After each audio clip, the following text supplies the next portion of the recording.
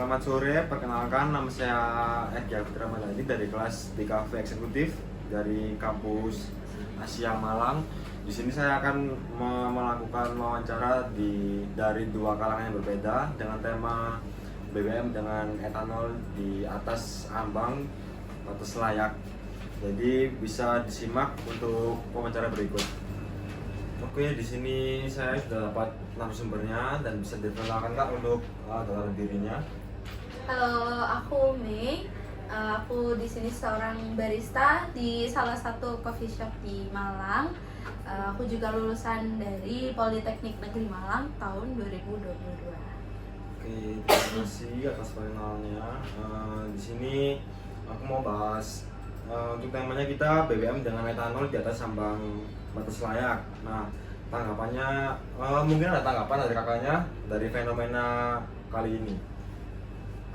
Sebenarnya kalau misal dibahas lagi mengenai penggunaan etanol, kan emang etanol sudah ada di dalam BBM-nya sendiri kan Mas.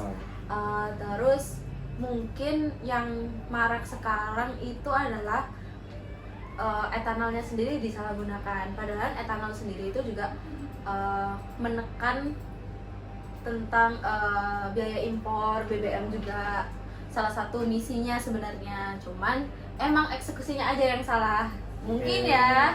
Jadi jadinya penggunaannya mungkin disalahgunakan sehingga banyak keluhan dari masyarakat juga sih. Seperti berlebihan etanol gitu. Iya. Oke, aku udah dapat narasumber yang kedua dan mungkin bisa dikenalkan profil dirinya Kak. Halo semuanya, perkenalkan nama saya Aulia Putri, biasa dipanggil dengan Aul. Saya merupakan mahasiswa aktif dari sebuah universitas di Surabaya. Oke, Mbak Aul, untuk langsung aja lah ya. Pertanyaan pertama dari aku, tanggapan BBM etanol yang di atas ambang ini gimana sih Kak? Menurut kakaknya? Kalau tanggapan aku sendiri itu sebenarnya tuh BBM etanol itu ramah lingkungan ya. Jadi kalau misalkan ya untuk pemerintah berniat untuk mengurangi impor BBM, ya bagus. Cuman ada beberapa negatifnya, yaitu nggak semua motor yang memiliki teknologinya itu sama satu sama lain. Jadi kadang tuh ada beberapa sepeda motor yang kandungan etanolnya tuh nggak bisa menerima di setiap mesin Paham. motornya. Oke, untuk pertanyaan kedua, ada nggak sih Kak pengalaman yang berkaitan dengan fenomena ini dari kakaknya sendiri? Sejauh ini aku juga pengguna BBM juga ya Mas. Masih belum, atau mungkin semoga aja enggak juga ya. Karena kalau terjadi di lingkungan sekitar saya, apalagi di lingkup kerja saya sendiri, itu banyak yang mengeluhkan kendaraan mereka menjadi sedikit macet atau mungkin tidak berfungsi sebagaimana mestinya biasanya kayak gitu. Nah, dari itu bikin saya was-was juga.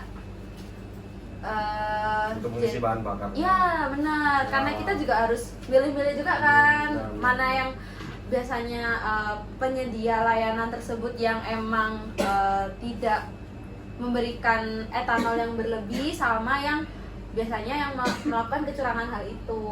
Jadi harus pintar-pintar milih juga sih. Begitu. Sejauh ini langganan aku masih oke aja. ya masih oke aja. Oke, kita lanjut ke pertanyaan kedua ya Kak. Ini ada gak sih pengalaman yang berkaitan dengan fenomena ini Kak dari kakaknya sendiri? Ada, jadi kan motorku ini kan keluaran terbaru kan. Terus abis itu aku tuh kemarin sempat ngisi motorku ini kayak cuman setengah gitu loh, full tank. Nah terus besok paginya tuh kan mesin tuh mesti kayak dalam keadaan yang dingin kan, soalnya dari perubahan suhu malam ke pagi itu kan dingin. Nah itu tuh biasanya tuh kan aku selalu manasin dulu kan, mungkin sekitar 2 menit 3 menit sebelum aku pakai untuk jalan. Nah itu tuh aku ngerasa waktu di tengah jalan tuh kayak rasanya tuh nyerah-nyerah gitu loh starternya. Dan sebenarnya aku mampir ke bengkel dan bengkelnya berkata kayak, oh ini dari bensin ini kurang, jadi kayak kurang panasnya cepat gitu. Jadi harus benar-benar yang lama banget untuk bisa panas gitu. biar nggak nyedot gitu. Ya, mungkin itu dari bisa jadi dari etanol yang kebanyakan itu lah ya kak. Iya bisa juga jadi sini juga. Oke, kita udah di pertanyaan yang ketiga dan yang terakhir.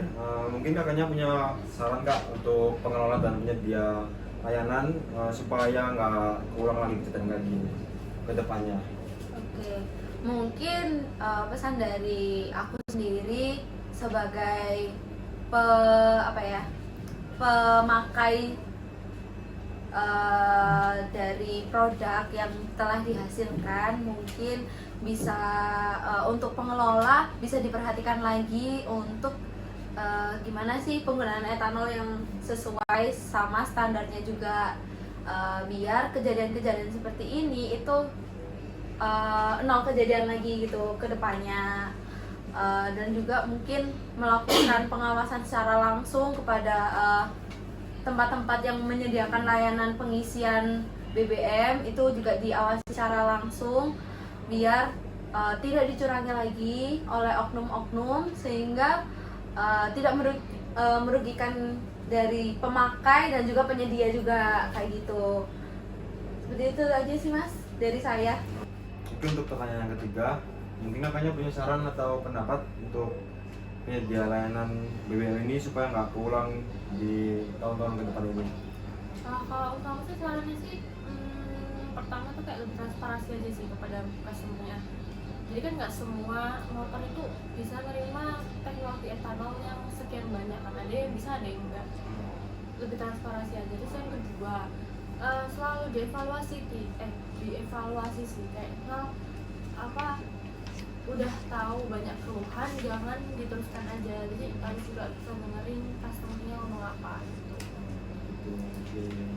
Kita melakukan wawancara tadi, ada dua dampak yang bisa aku simpulkan. Untuk dampak yang pertama yang positif, menekan biaya impor BBM yang mahal agar bisa tetap dikonsumsi oleh masyarakat Indonesia dengan harga normal. Nah, untuk negatifnya, gak semua kendaraan bermotor di Indonesia itu mampu menerima bahan etanol ini. Apabila tetap dilakukan penerapan bahan etanol ini, akan mengakibatkan banyak kerusakan pada kendaraan bermotor dan mengakibatkan kerugian berlebih pada pengguna. Terima kasih karena telah menyimak video wawancara ini, dan mohon maaf jika ada salah kata.